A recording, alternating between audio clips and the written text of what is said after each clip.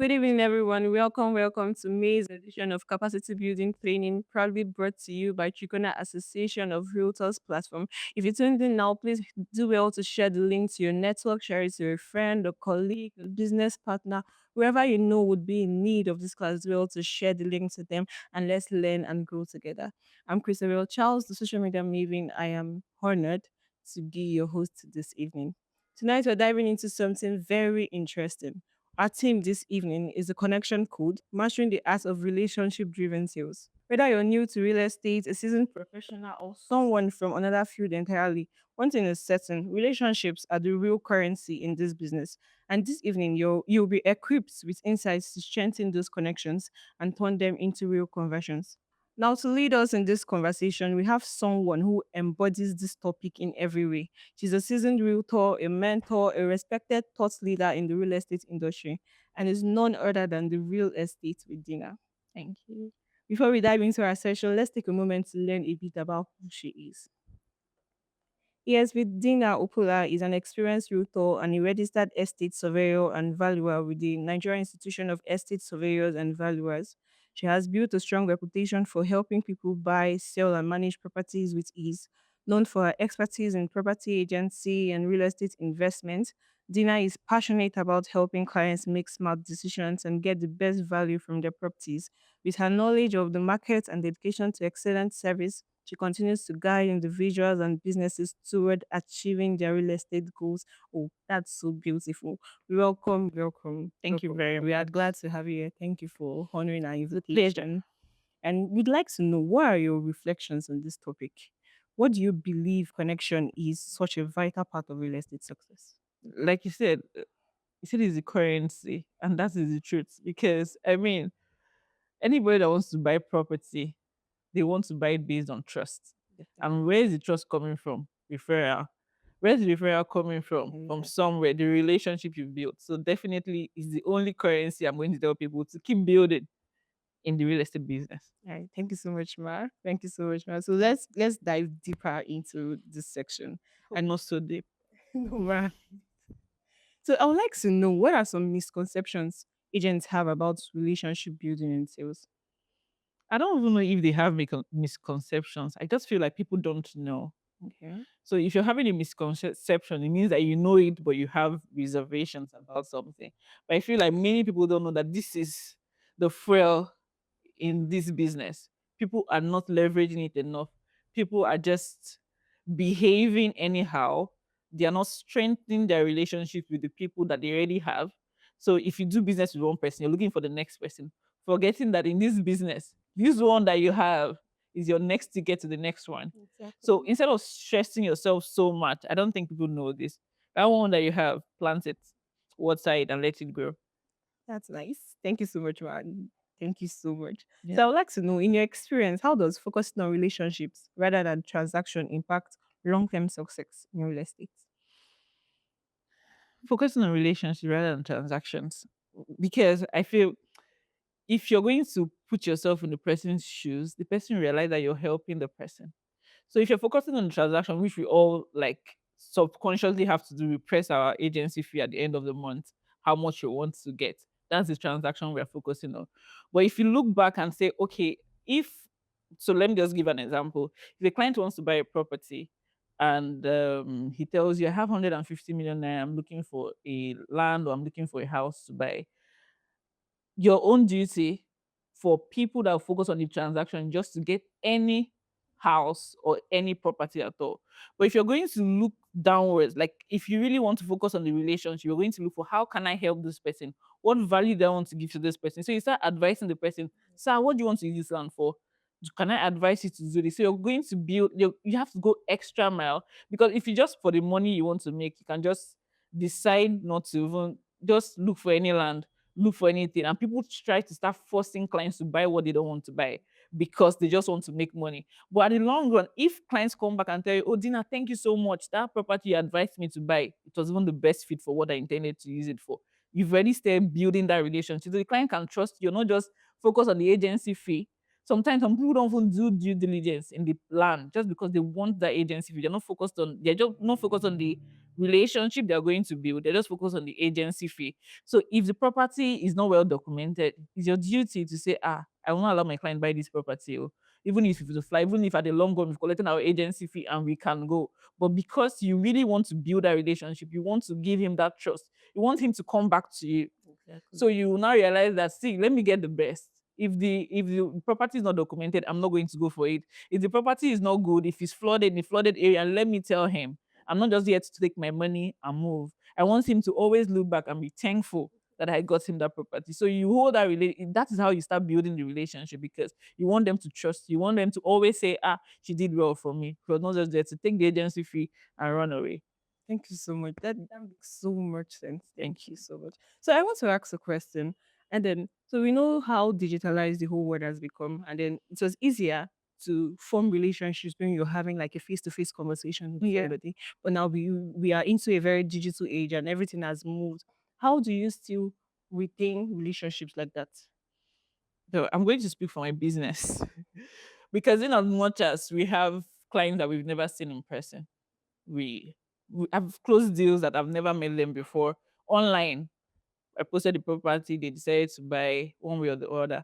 But the fact that there's a connection, the phone call you have, some people are dating, they've never met each other, and the relationship is still going on. It still boils down to how do you care about the relationship that much.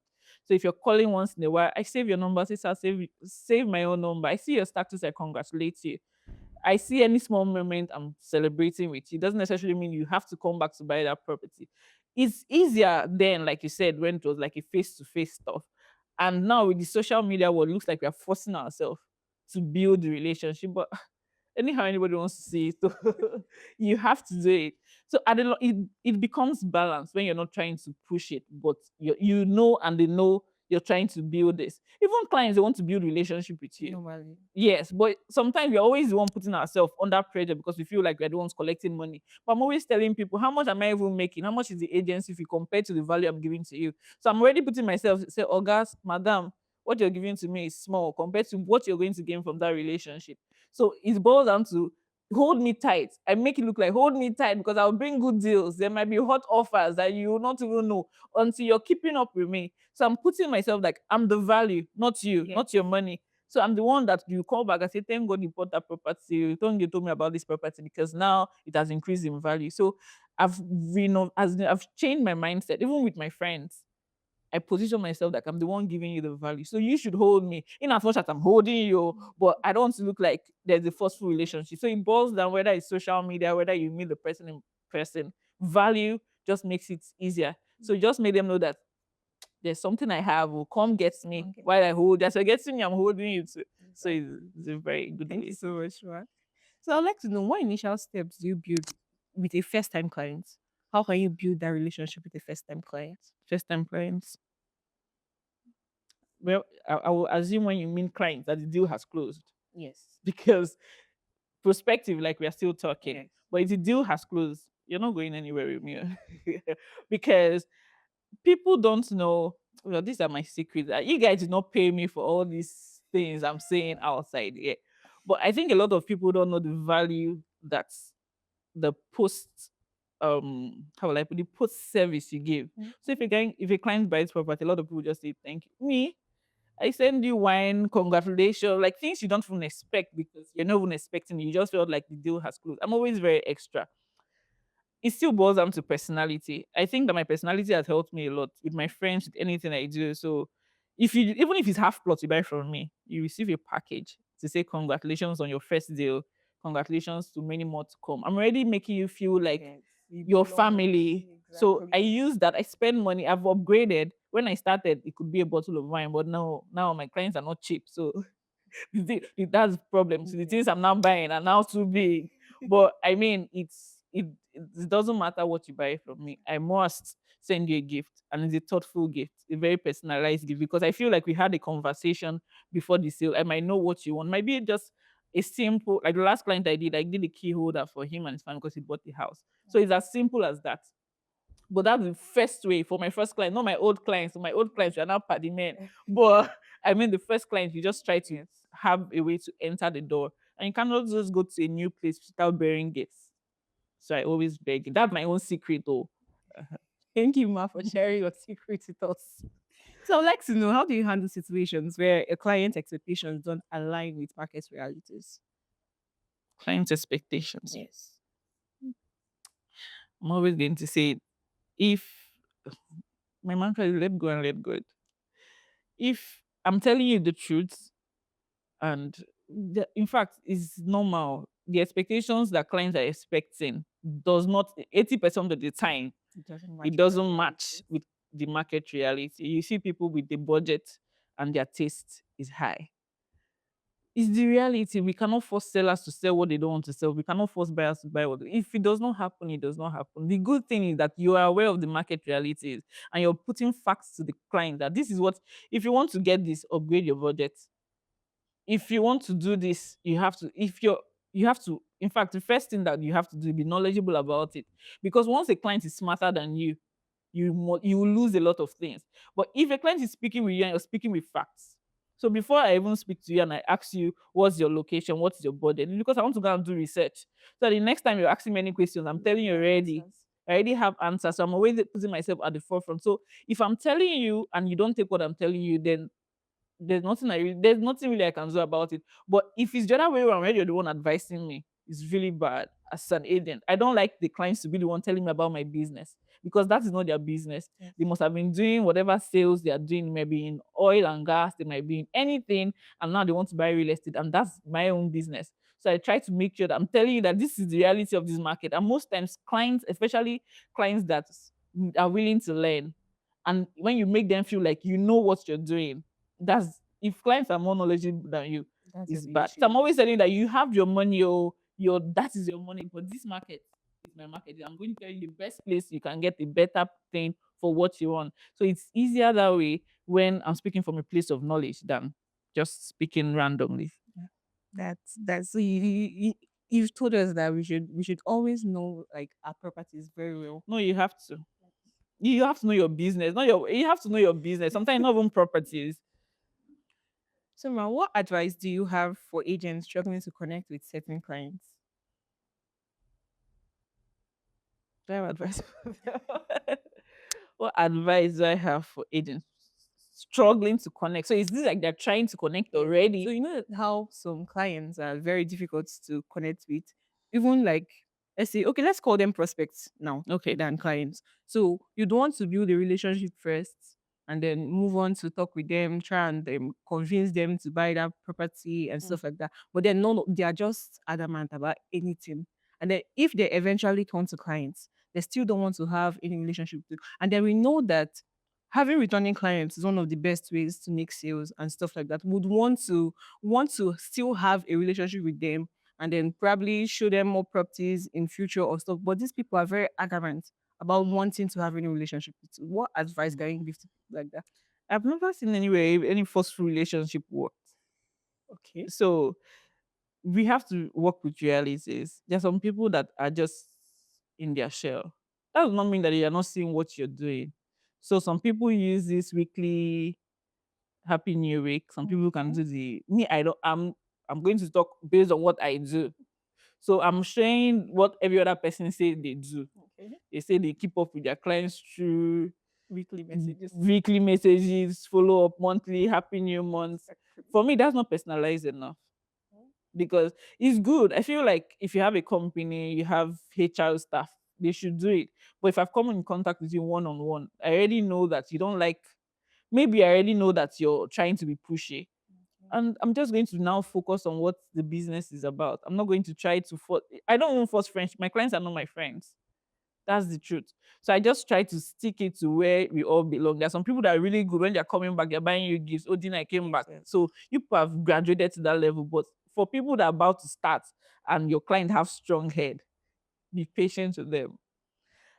Me, the weekly BC, what, it's just for maybe for sales to just let them know that you're still around. But in terms of the relationship, that's what I'm always going to say. Bring the value of, sir, you're the one that needs me. I need you too. But if you look at it the other way around, you also need me. So if I'm going to be preaching to you, in my BCs or in my if I'm starting up, of course, I don't have a company, I don't have the staff. If I'm just starting up, unlike now where I do people that have they have to follow up with clients. But personally, my own personal client, not the company client. There's some people that I call them company clients. So they all know the client knows everybody in the company. So even if you're talking to the client, it feels like he's still talking to me. But there's some people that say, Zina, if you're not speaking to me, don't worry. When you come back, I will come to you. So those personal clients now, there's a level of relationship I can decide to build with them. So if you're putting yourself in that position, you're starting out newly, you should just try to personalize those messages. So you cannot send a VC to somebody that maybe you would not do lunch together. But if you had lunch with a client that is adamant, oh sir, thank you for lunch the other time. I wish I can buy you the next one. It looks personal. Yes. Oh ma, oh your hair was so nice. You're personalizing it because you actually saw that she was on hair, not like a client that was on moro. You now say that's when you're not trying to break it down. So when the client feels like you're noticing things about them, not necessarily about the properties per Yeah. se. So I have a thing that once I see a client, I must surely look for something very good in you. So it doesn't look like I'm lying just to create that relationship. If your hair is not fine, why would I compliment your hair? I won't. So I will look for the best. I'll be like, oh, I love your color. Like now, I love the color of your dress. Thank you so Yeah. much. So it starts that. So you smiled, and before you know now, how far? So that's how I do it. So I Okay. think you should try to just pick out something to personalize. Really, personalization helps to bring down stubborn heads.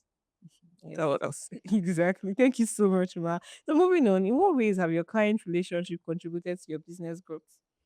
Ah, 80% of ways. So, Oh, wow. like I said, is the currency. I'm always going to say everything in life is the grace of God. That's my own. I don't think I've done anything by my power. Even when people reached out to me, I was like, what are these people? If you not even stress me, because what do I want to say? It's still the grace of God. And that's because at the long run, I realized that when I looked at my client list, most of them were like, it's like a tree from this person to this person to this person. And that's what we keep saying, that that's the currency of real estate. We are buying based on trust. People are bringing out millions. You see someone that was you already preaching to this woman that come and buy from me, but her friend that just bought, not like the property is the better one, but because She her just friend go bought, there. she'll go to that agent because her friend is showing her documents already that, Exactly. oh, this agent pulled it for me. So it's still based on trust. And I hold it there. I've experienced, in fact, recently, I I experienced it. There's one of my, or I will call her like a mentor then when I was in my IT. So we were asked to be under her.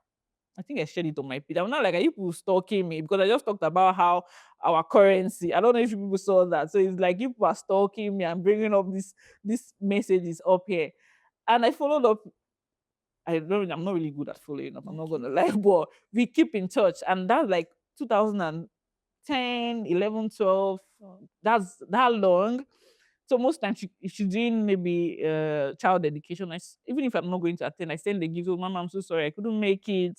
Blah blah blah, just to foster the relationship. She's not my client. Now this one is like relationship. So we're not just going to focus on only clients and relation. Your friends, people just ignore their friends because they feel like they don't have the money, but they have somebody that might have the money. So everything in real estate is still based on the networking, the relationship, the friends you're going out with. And at the long run, we've been keeping in touch. God bless her so much. She works in a big company now. She has been begging me. She was even begging me. That's the truth. Dina, come and talk to my Oga. Come and talk to this. Come and talk to that. I'll be like, Mama, I'm going to come. Because at the point, I don't have any property I want them to buy. But finally, let me oblige. And I know that that company is not where I will just go. Normally, when we started marketing, they say go to different companies, you carry your this thing, be dropping cards up and down, flying, sharing exactly. flyer like you're selling akara, forgetting that we are selling real estate. But now, by the grace of God, nobody does that anymore. People still do it, but we've upgraded. So I'm like, okay, that company will never open the gates for me to just come and do that. We can But I buy. was able to enter the place. And that day we closed 2 deals, like two people bought. And I just looked back, I was like, if I was a witch now to her, or if I did not even, oblige to Start the this relationship. relationship, yeah, and I did not also try my best to also be involved in the relationship. I mean, these opportunities are not there just for these two persons. These are places that, oh, now anytime I'm going. In fact, those other people are now my clients. They're now my friends. In fact, because of how we now just. So if I was not there to, harness this relationship from her, what would have, these deals are not small deals. What would have left of me? So I'm still going to say it still boils down to how you treat people, how you so if you're going to pretend, people I don't know about others, but me, I can smell pretense from far away. So if you're pretending about caring about the person, it will show because you cannot keep up. It should be something like said, look for something positive you want to hold on to build. Nobody is perfect. But if you choose to look at my imperfections, you will not get the best from me. So at the long run, we just try to hold on to those relationships. And I mean, that has helped. I think 80%, maybe I'm even underrating it, maybe 90. Yeah. So relationships have opened the great doors for me, like opportunities I cannot mention if for security reasons. It's fine. You understand? Yeah. But I mean, even currently with my mentor that I work with, the fact that I work with him, the fact that I'm of service to him, I give value to him, if there's anybody he wants to call for any opportunity, it's my name first because I mean, you cannot have me and not remember me. That's how much I stick to people. You can never forget me. Either how I look, how I dress, how I speak, I must leave an impact on you. And that's one thing everybody should try to do. Be very hard to forget. Very difficult. So now when they're not forgetting you, they should remember you for good. So that's it. You should always leave a good impression on Very good. everybody. So some people are hard to forget because they are witches and they are annoying and they are wicked. It's fine. But it should be hard to forget because you're really good at what you do. Exactly. Mhm. Right. So, ma, how do you? Okay, you've talked about it, but then just for formality's sake, how do you encourage satisfied clients to refer others to your services? I was very encouraged. This one, people are asking for business secrets, so it's not business 101. People are asking for like this. I mean, well, everybody has their own strategy of how they try to encourage. But for my clients, because they are big, for upcoming people, people do referral codes. Um, People tell people if you bring somebody, you earn 10% or you get 5% bonus or whatnot not. So people do that. But for me, because my clients are big, what really do I want to offer them apart from a thank you? I'm very grateful. So, but I mean, if I notice that you've passed a client to me, a friend to me, and say, Dina, oh, I referred my brother to you, I go all out. I know I will just send the message. "Sir, I know I cannot thank you enough. I can just send a food tray, a basket of things, just a little Different. appreciation. Because my love language is gift. So that's how I always do. So because you're not expecting the client that is buying, most of my clients are the wealthy clients. So you're doing business in over millions. What does Dina? Who am I? What do you want from me? Do you understand? Yeah. So you know, like you now start telling clients, I'll give you 5%. But Mm. if some people, I think one of an agent sent me a message and told me, oh, he had been following up a client and the client wants to buy, but the client bought something like that. Some one of these speaking gigs I went to, the guy was asking what he should do. Then later on, the client brought a friend Okay. and told him that he's going to take agency fee For different. on the friend's head. And the agent was saying, no, you would not, I will not agree because I mean, I brought you, even if you bring your friend, the money should still Yes. be mine and all that. And it's going to affect the deal. So he asked me after the program, he sent me a message and told me, what should he do about it? And I say, sincerely, if you want me to advise you, like I'm advising anybody that is going to look at it, when you put money first, do you know that before we were the ones that offer clients and say, sir, if you bring I your will give friend, you I'll give you 10%. Yes. 5%, we'll share our commission and all that. So now that the client is being forward, you should know that that particular client has more people from where he's going. That one now might be a test to you. But 10% is much or 5%, whatever it is. But make sure you tell him that, sir, I'm the one going to close this deal, and at the end, I'm going to take the client for inspection. I'm going to do this. Instead of taking all, why not give me two? Take three. Take the lower part. But believe me, that client is not going to enter your hand because the next time he wants to buy that property, he might not even go through his friend again. So I believe in harnessing the relationship first before the commission. That commission is the least of my problem. My own, let me get them. They're buying. The fact that you can buy one, surely you will buy two. That's how I think. So you harness it first, build the people first before you now start pressing calculator. Calculator is important, but Mm. Eh, okay, man. So, like, what's your final advice to every realtor out there? so to everyone listening to this, in as much as you're building relationship, you're shouting relationship with your currency, Try to understand that your integrity matters. So build honesty, build trust, build value. So if you have the three things combined and you're offering it to your clients, the relationship will be easy for you to, flow it. So that's my final answer to you all today. Thank you so much, Ma. We are really grateful. We truly appreciate you being here. Thank you. Thank you so much. Thank you for And everything. thank you too to your team for this amazing work you are doing to enlighten you. We did not see all these things, so what I mean, you guys are doing the work. So thank you. Hey, thank you. So before we sign off, a quick reminder, the capacity building training is an initiative of the Triconna Association of Realtors platform, a thriving community of professionals committed to growth, excellence, and transformation in the real estate space. If you're not plugged in here, now is the time. The link has been dropped in the chat box. Click to join and stay updated on all future trainings and opportunities. And with that, the capacity building training May edition comes to an end. I'm Christopher Charles, the social media maybe, and it was an honor hosting you tonight. Bye. Keep connecting, keep growing, keep showing up. Good night, and see you next month. Bye.